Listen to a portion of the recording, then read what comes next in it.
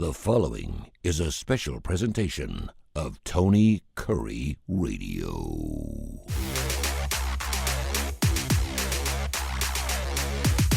Yo, welcome back to K4Wins, K4Wins.com. Kai, Gregory, a man who's been doing the gambling thing, handicapping now for, I say like 30 years. You don't want people to know how old your ass is, but you got the gray hair coming in, so I'm going to push at 40.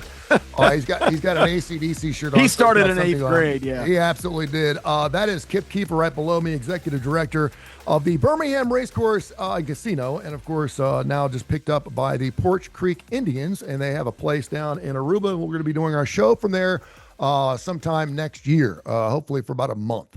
I'm pushing. We're gonna call Brent. We're gonna make that thing for about a month. As soon as the regular season football schedule is over, I'm ready to go. All right. Well, I will be as well. So we'll have it. My name is Tony Kurre, longtime radio guy. I worked at ESPN, did the sports radio for 20, 30 years.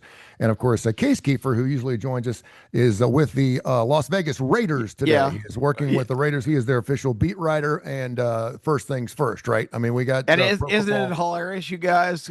Case sent us a group email last night talking about how the Raiders are tired of all the drama. They cleaned house from top to bottom in their entire organization. This is going to be a brand new day under Pete Carroll and the new general manager.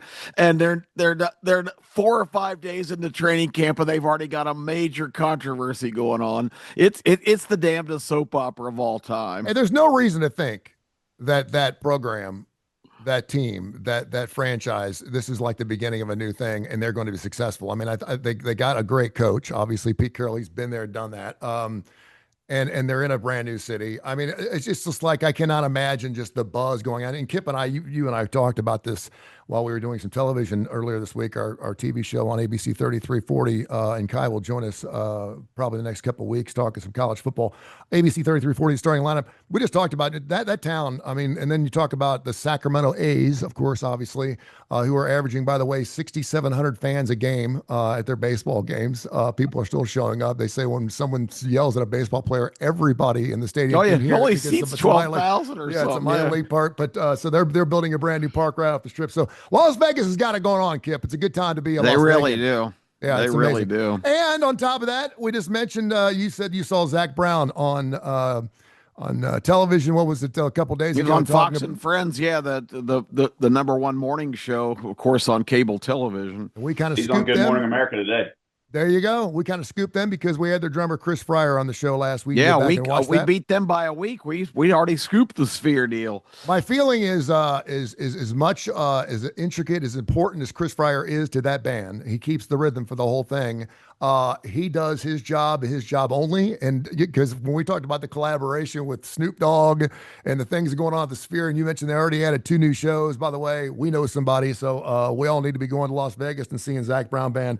But they're actually doing this venue in Vegas is so incredible that bands like U2, the Stones, and whoever else is getting an opportunity to play there, they're actually changing the way they perform. Oh yeah, to that location, which is amazing. I mean, normally, if you're going to play like the Alabama Theater or acoustically something's a little different, or maybe you're playing Red Rocks, which is obviously one of the great places to go see a live show because acoustically it's absolutely perfect, but it's outside.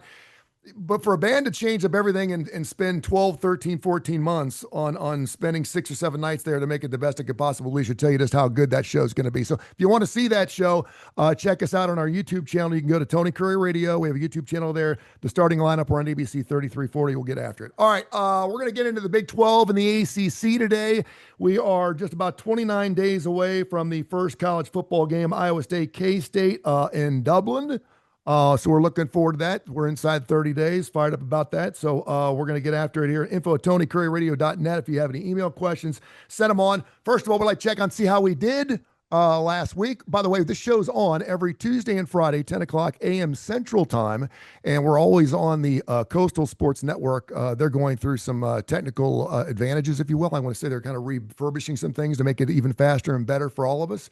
So we'll be back on Coastal Sports Network along with 102.9 down in Fort Myers.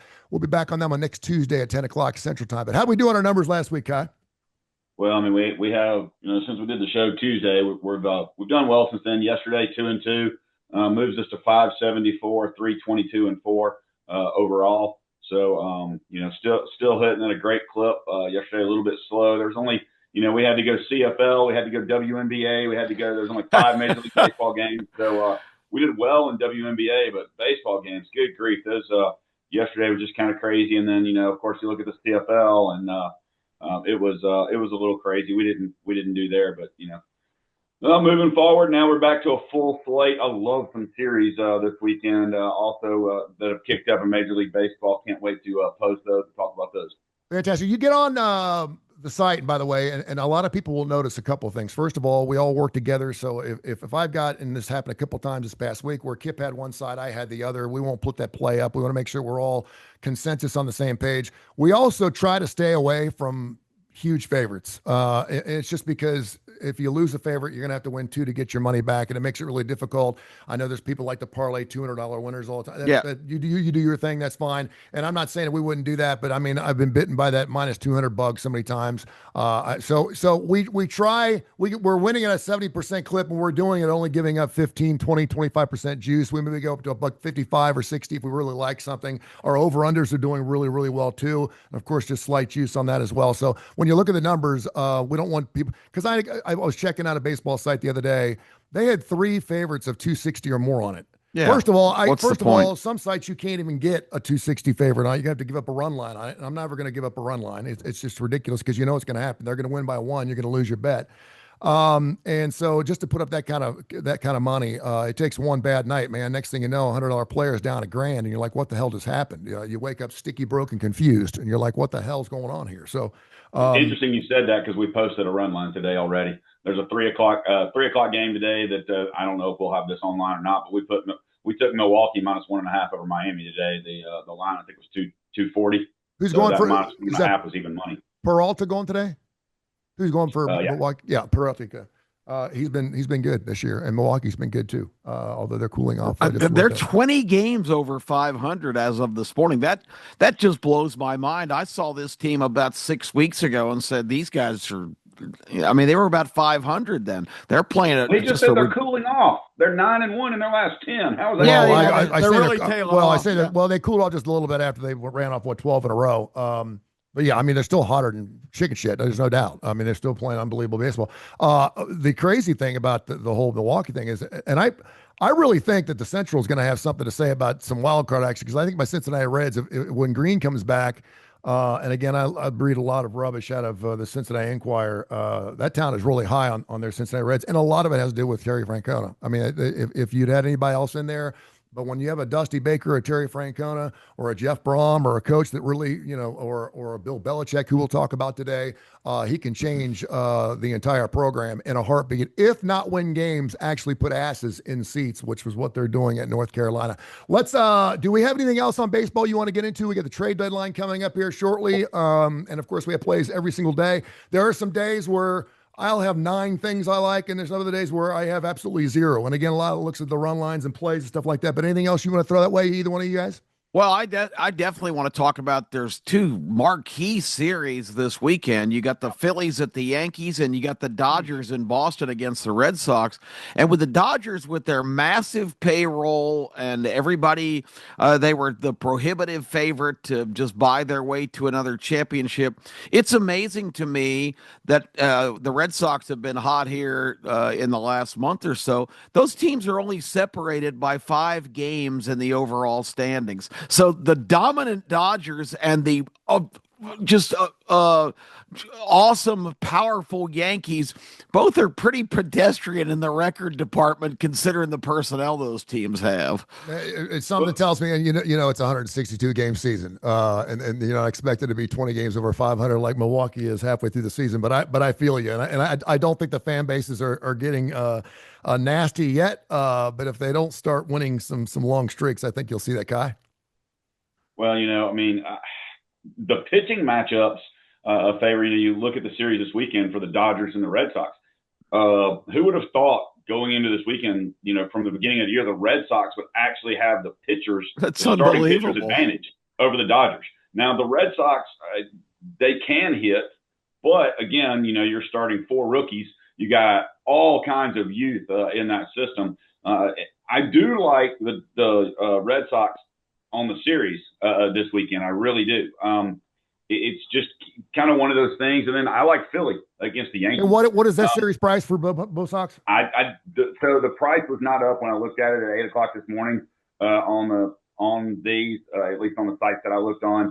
So I don't know, because I've got a whole lot of series prices that I like. I know Boston is not favored, and I know that Philly is not favored, which makes no sense to me. But, look, it's kind of crazy. You look at it. No one in the National League West had a winning record in their last 10 games. That's amazing. Isn't that crazy? I mean, because you're out talking of the West. about. I mean, yeah, that's crazy. The Padres, the Giants, the Dodgers, Diamondbacks, the D-backs, and the Rockies. The Rockies were tied for the best record in NL West the last 10 at 5-5. I mean, good grief. Good and I think the Dodgers were 4-6, the Padres 5-5, the Giants 3-7, the D-backs 4-6.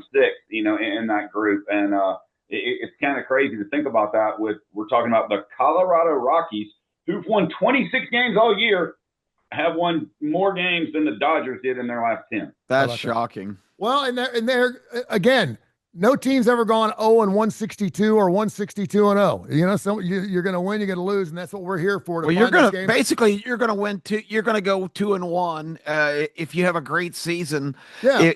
So you're going to win 2 out of 3. It's that third game that you're going to probably have to give up 230 on that you don't want to lose, because then you're just giving up your 2 wins. And so that's what we're here for. That's what we do. We have posted the White Sox. We have posted Colorado. We have posted teams that we were like, what the hell are you doing? And there have been winner chicken dinners. And we'll post the Bo Sox. We'll post the Dodgers. We'll post the Yankees. We all have teams that we love. And of course, the Atlanta Braves. We'll leave it on that step. Where are your Atlanta Braves right now, Kip? I know. And what were they going into the season? Picked to win the division, correct?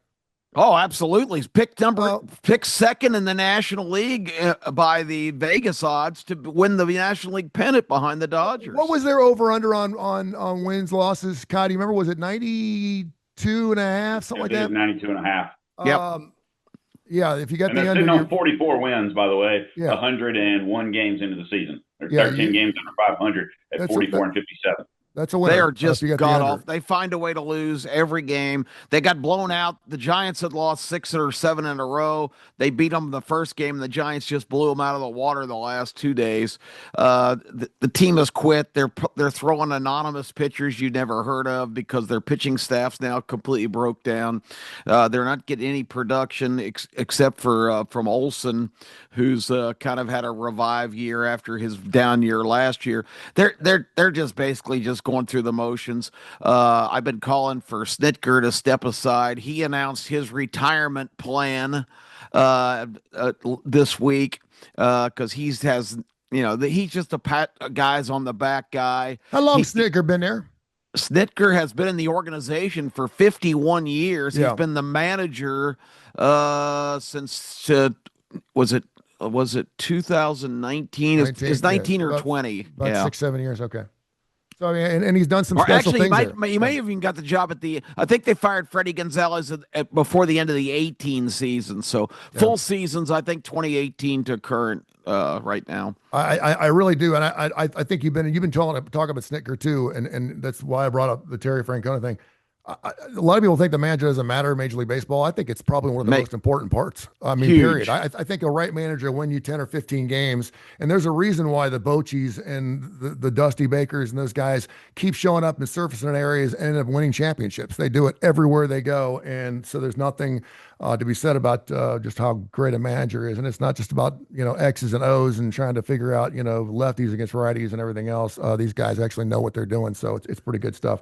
Real quick though, Tony, before we go to football, are you guys have any interest? The trade deadline is huge usually in determining a lot of things going forward. Do you guys expect any blockbuster deals? I keep the trade deadline's always been one of my things, and I don't really see a lot of rumblings about anything really seismic going on out there.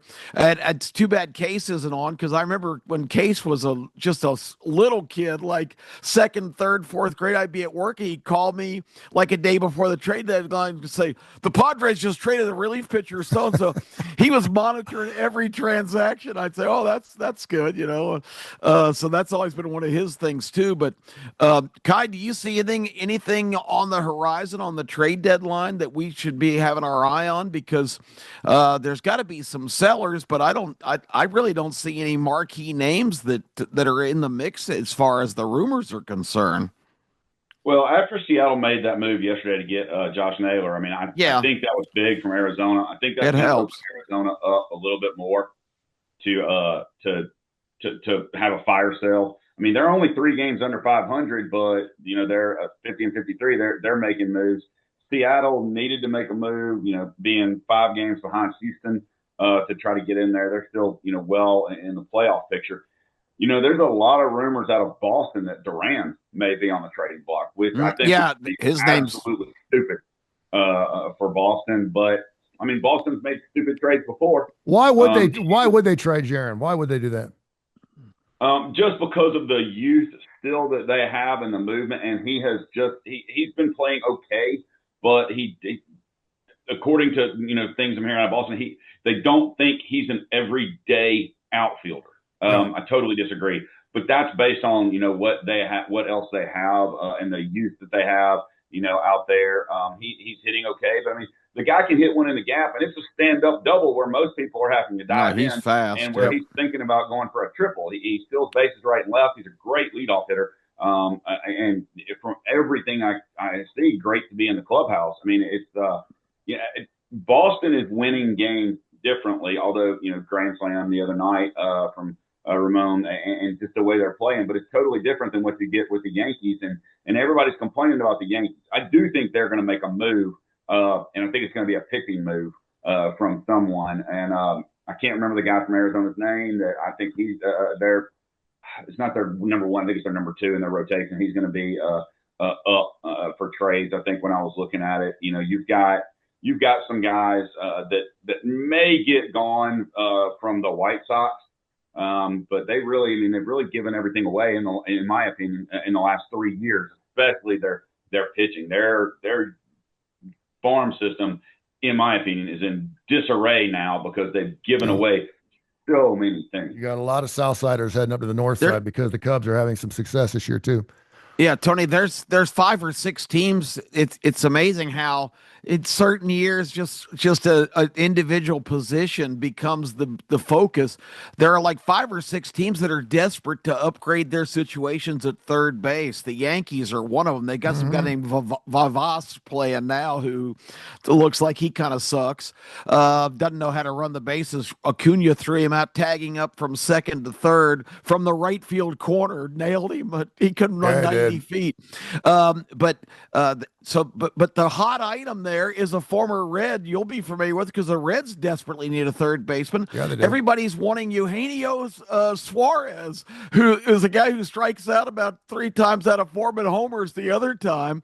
He's been in with the Yankees then. Yeah, that's one of the guys that the Yankees is going after too. I mean, third base is like the vogue position. Don't be shocked if the Braves try to unload, and I don't know what his current contract situation, he's mostly under control, but not as much as some of the other ones. Austin Riley is a name for the Braves that I'm not going to be shocked if because you got to move somebody to get something. And I think they've seen this Riley movie for years. He has a huge year. He has a down year. This year he's been really inconsistent. He's been hurt the last couple weeks.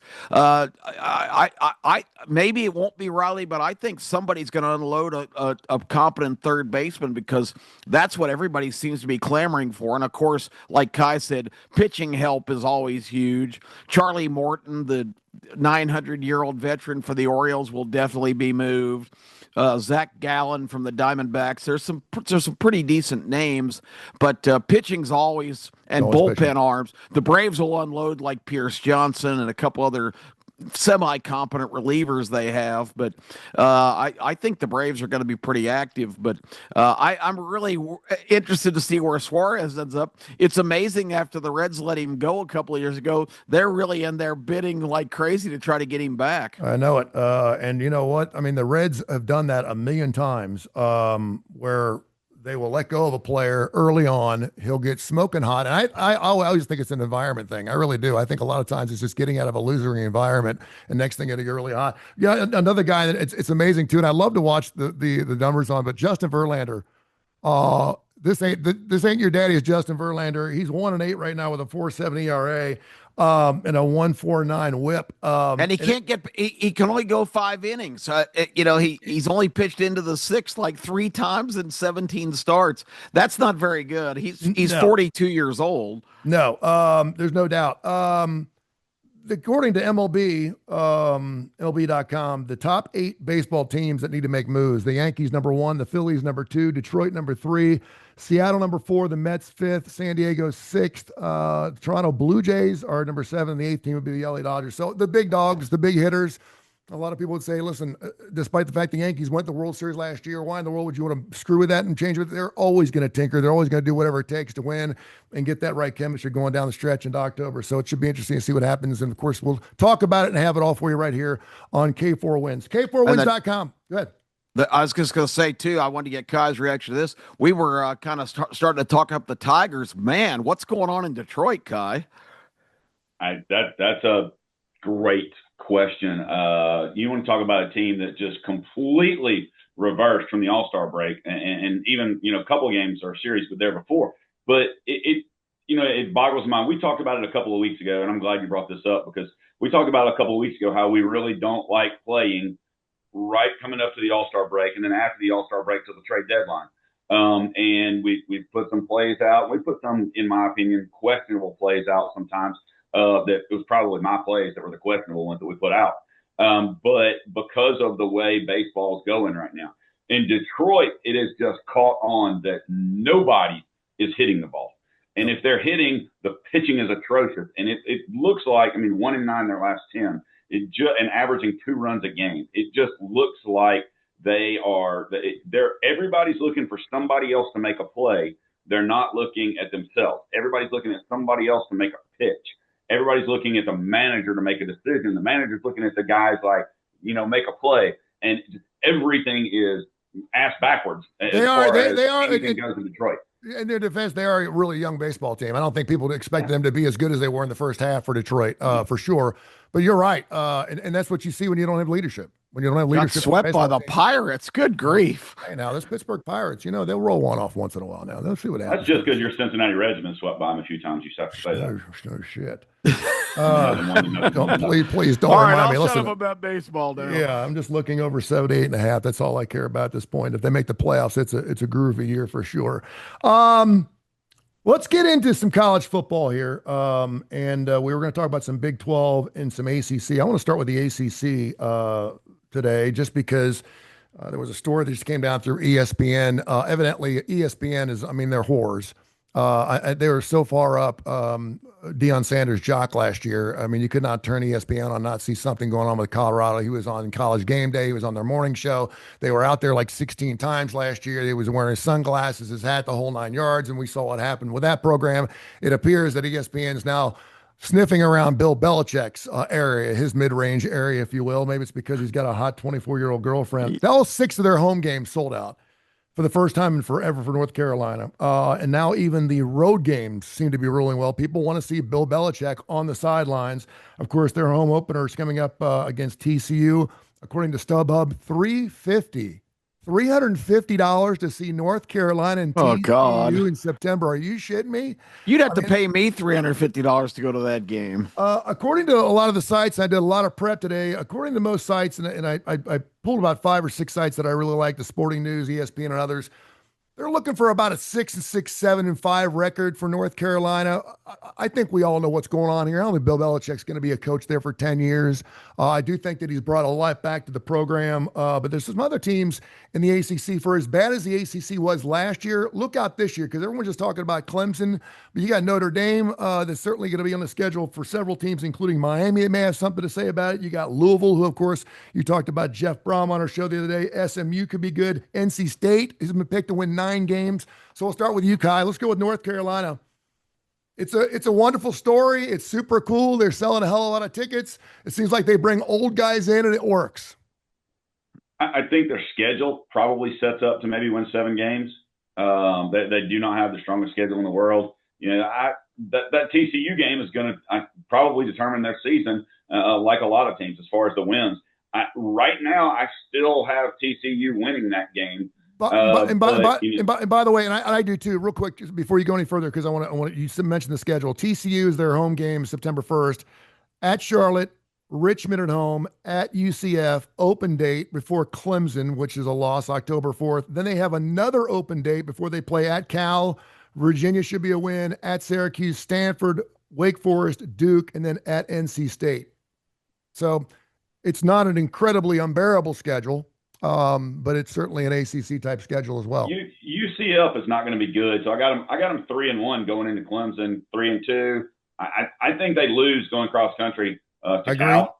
I agree. And then I think they're going to come back home, beat Virginia. They're going to lose at Syracuse. I am getting higher and higher and higher on this Syracuse team. Yeah, there's a lot of things they have that I think are going to be very good for them. Then but I have them losing Syracuse, beating Stanford, beating what I think is just an atrocious Wake Forest team. Maybe that doesn't happen since it's at Wake. Then I got them beating Duke and losing to NC State. Yeah, that puts them at about 7-5, 4-4 in the conference. Yeah. So that's about. And I think NC State or NC fans would be happy with that, right? Kip, I mean, but the buys so early, like they are, and then I think 6 straight games to end the season. That team cannot get beat up. North Carolina cannot get beat up. Man, it sucks having two open. They only returned 51% production from last year, 83 total starts, offense 56%, defense 46%, which is like in the bottom 20% of the ACC on returning starters. Are you buying Bill Belichick, Kip?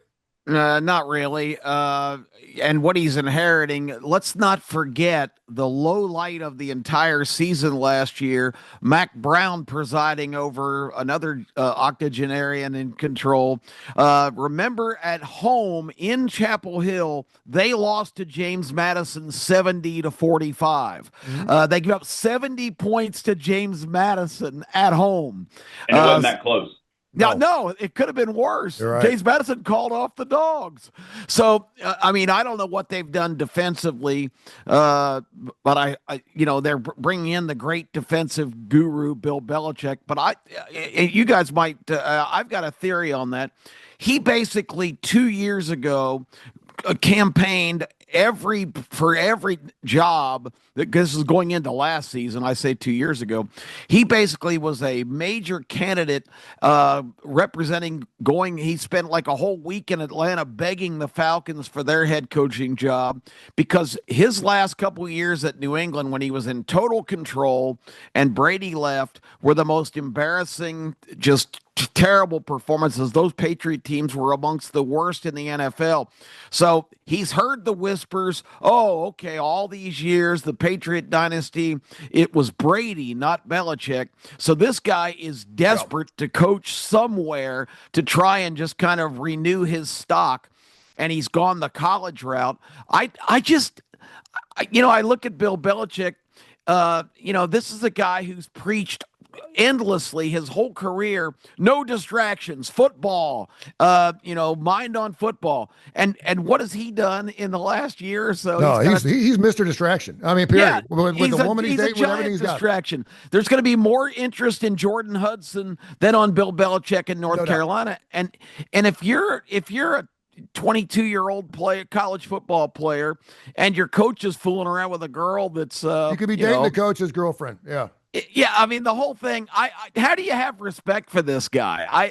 I just don't see him relating to young players. I have absolutely no problem. Hold on. No problem with what he's doing, and I respect him more now than I ever have. Thank you. There's not a 70-year-old out there that wouldn't be doing the same thing. He's got the money. She's with him for his magnetic personality. If he gets it once a month, it's worth it. He wasn't getting it that much before. No, who cares? No, I think he's living the life. I've never liked Bill Belichick. Love him. I think he's living the life, and I think I think even Tom Brady's probably happy for him. You're just a village idiot, though, if you think she has any regard for you at all. I just don't get that. He's still with a hot young chick. Yeah. Do you think he carries a blue pill with him? Do you think he actually has a blue pill in his back pocket? I think he's got a pickle jar full of them. Yeah, way more than one. She maybe have to be pickled to end up sleeping with him. We had Bama Hater on our show a couple weeks ago. He should be pretty happy because his U's looking pretty good. They opened the season Notre Dame on August 31st. I got them win that game. Bethune-Cookman, USF, Florida at home, open date. Then at FSU, another open date. This is kind of weird having all these teams with open dates so close to each other. Louisville, Stanford, SMU, Syracuse, NC State. Then, of course, at Virginia Tech, and they finish up the year at Pittsburgh. That's Miami, at least according to this particular site I'm looking at. They're predicting them to win 10 games. They got them losing to Florida as well as Va Tech, probably because it's on the road. When Metallica comes out, it's hard to win there. Let's start with you, Kyle. What do you think about the U, and are they back? No, I think they win 8 games. I am not a Carson Beck fan.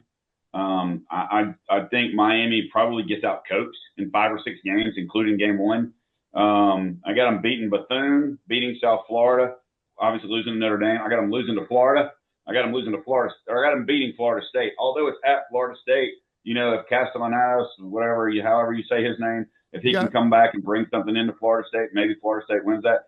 They're going to lose to Louisville. The coaching matchup alone hurts. I think they beat Stanford. They go and lose at SMU. I've got them beating Syracuse only because it's at home and Syracuse dome team and all that. I've got them beating NC State, Virginia Tech, and Pitt. Okay. What's your thoughts, Skip? It's another team that their defense was so horrible last year, and this is my favorite thing about preseason college football. Everybody who played no defense last year always says, "Well, we've made a lot of improvements on defense. We brought in this guy and that guy, and we've got this new coordinator." But teams that play crappy defense just don't seem to cure it overnight in the offseason. This team with Cam Ward last year, dynamic on offense, could score points in bunches.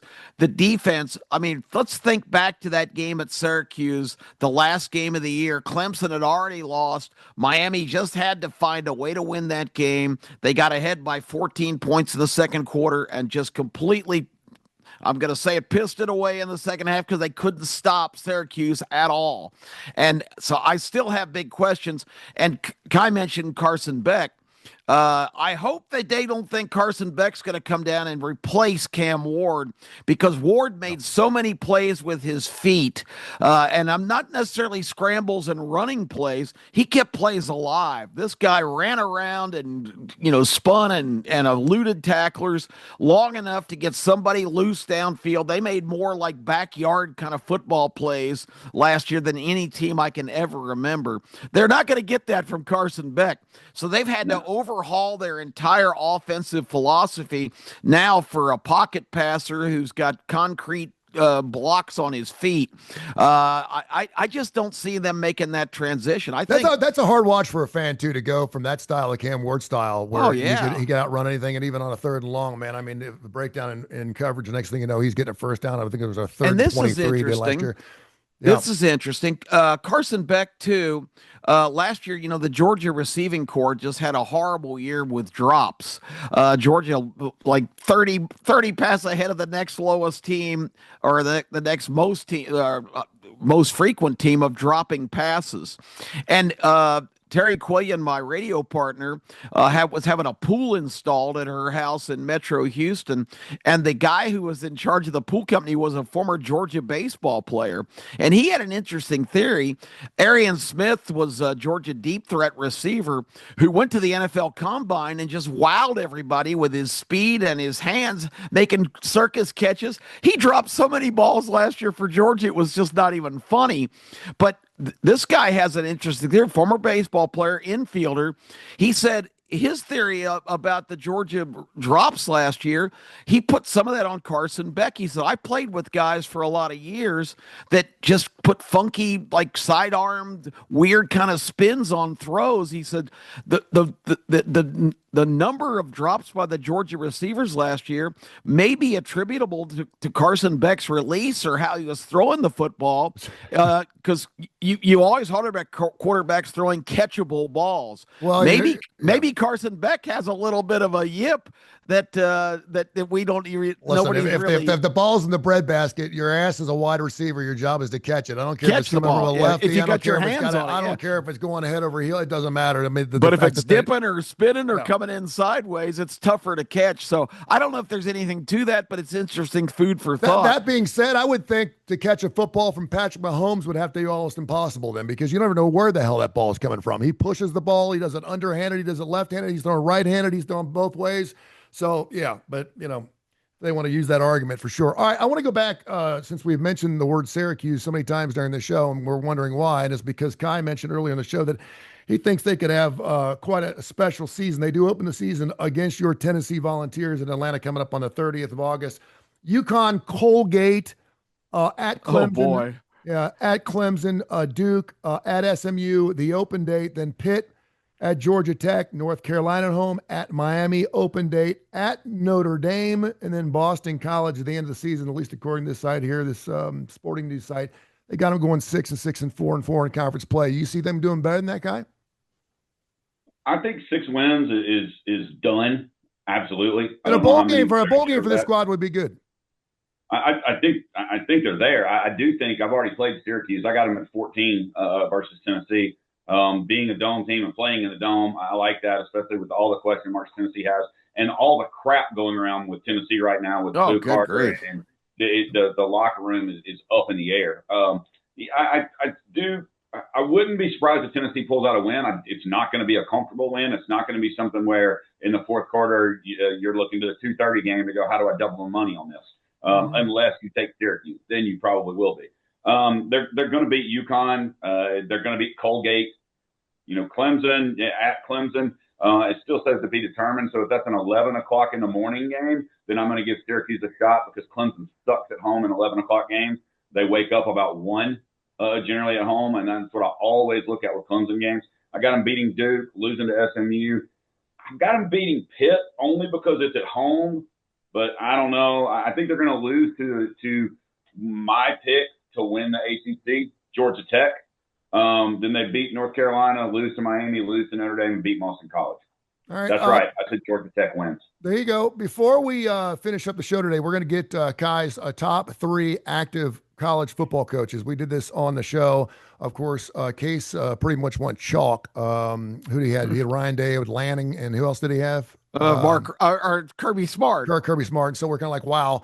The rest of us all kind of picked 2 guys that, yeah, you could definitely say that we'd love to have them. And I think you posed the question right on, Kip. If you're starting a football team right now, who would you like to come in? And we all went off the page a little bit and brought in someone that you wouldn't think of. And you said, who as your third guy, which I thought was a great call. I had Kirby Smart, Lane Kiffin, and Jeff Brom, the coach of Louisville now, who's back at his alma mater. I think his career trajectory is similar to that of Steve Spurrier, who did pretty well as a college football coach.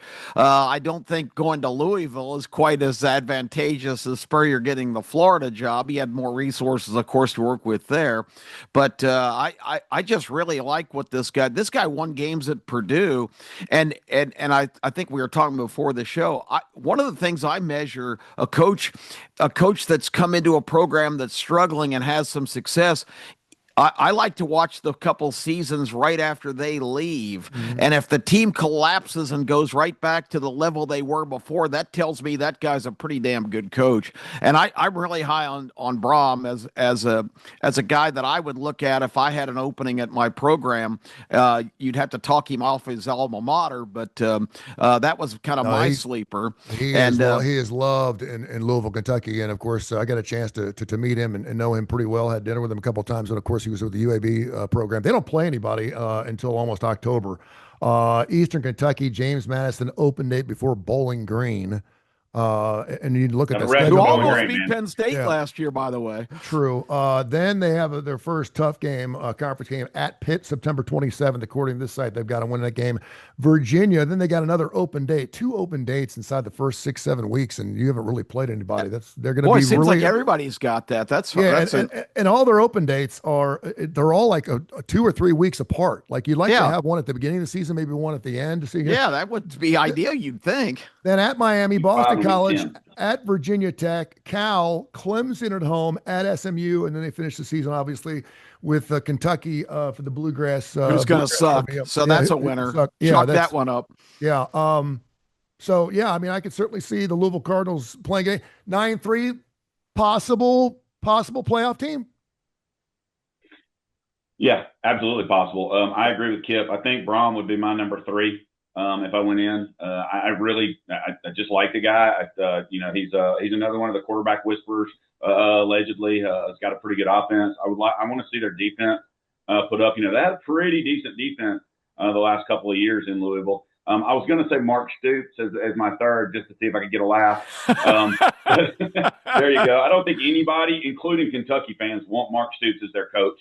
Just for the record, I don't think anybody except maybe Kentucky wants Bob Stoops, much less Mark Stoops. Bob Stoops 1.00 negative 100. So I like Louisville. The schedule. I mean, they don't have to play. Everybody. Do they play SMU? Yes, they do. They play SMU at SMU on the 22nd. They do not play Georgia Tech. Who was the other team? That's big. Miami. They do not play Miami. Yeah, they do play Miami. I'm sorry, on October 17th at Miami. Okay, and that's big. I think I had. I either have them with 8 or 9 wins. I can't remember which one. But I think that you're going to see. You're not going to see anything like you said the first 4 weeks. And then you're kind of going to go. So I do like that open date before Bowling Green, so then get tough. Get ready for the tough Bowling Green team right there. But yeah, it should be an interesting year in the ACC. I think it is probably more wide open than just about any conference. As compared to last year, you're right. I mean, when I started looking at it, I was actually excited to read about the ACC today. I was like, wow, because there's some good teams that could certainly one game either way. When you're talking about 9-3 and 10-2s. That's whether you're going to the playoffs or you're not, which is going to be super cool. And of course, so we started this whole talk off with Bill Belichick's North Carolina Tar Heels. Before we wrap this thing up, and by the way, this show goes on every Tuesday and Friday, 10 o'clock Central Time. You can see it live on our Tony Kurre Radio YouTube channel. So watch it live whenever we give out plays. And of course, during football season, we're going to be giving you a boatload of stuff, K4Wins.com for everything we do, and at K4Winners on the X format. So get after it. I do want to mention real quick before we'll get into the Big 12 coming up on our next show, but I got the Clemson Tigers winning the national championship. I think Cade Klubnik has been masterful last year, despite the fact that his name is weird. He's grown into that role.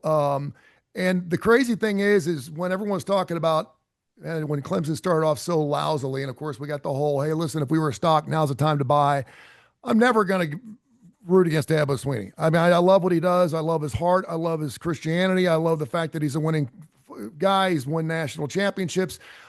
He has done it his way. And despite the fact not even dabbling a little bit in the transfer portal, he's got a lot coming back this year. Kip, we'll start with you. Is first of all, the ACC all Clemson's to win. And do you see any way they can get tripped up?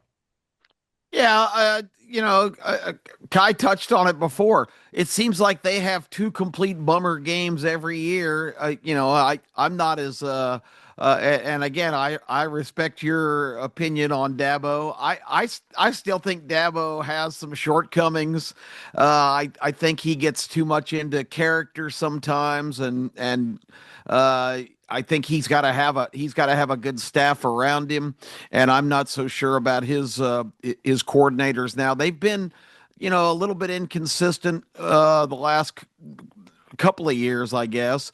But I mean, they're the clear-cut favorite. There's no question about that. But I don't think they're a slam dunk because we've mentioned 4 or 5 teams that if they just get on kind of the right roll, that there could be some there. And I'll also highlight that, Clemson, when everything was on the line, they were the most fortunate team of all time because at home they could not cope with South Carolina and lost that last game, which should have sunk their battleship. That was their stop anybody, and Clemson all of a sudden finds itself in the championship game in the ACC against SMU, a team that I'm sorry, they were overrated. They didn't play hardly any of the good teams in the ACC last year, the few there were, and Clemson, a 3-loss team and an underdog in that game, wins. And the fact that SMU still made the playoffs is still the biggest travesty of all time.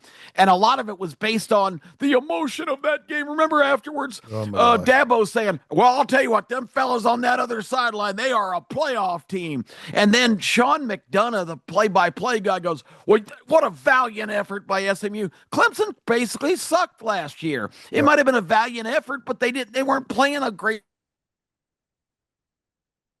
And they have a couple stumbles. There you go. We're freezing up a little bit, so we're going to go and call the show, man. Do you have Dabo in your?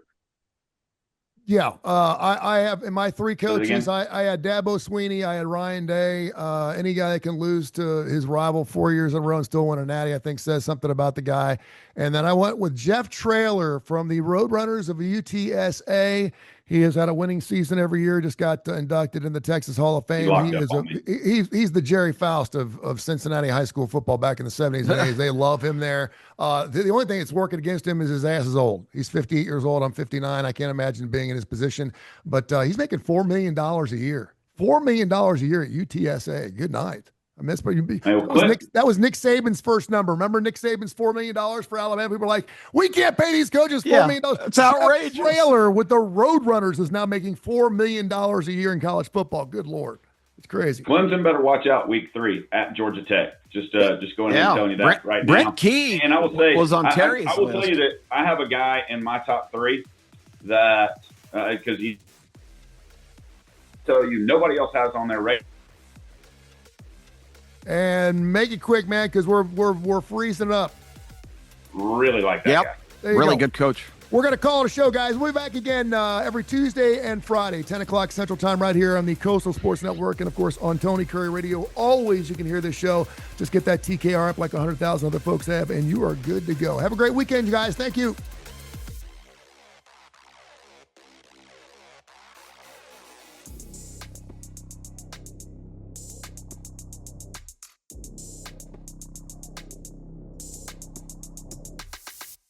This has been a special presentation of Tony Kurre Radio.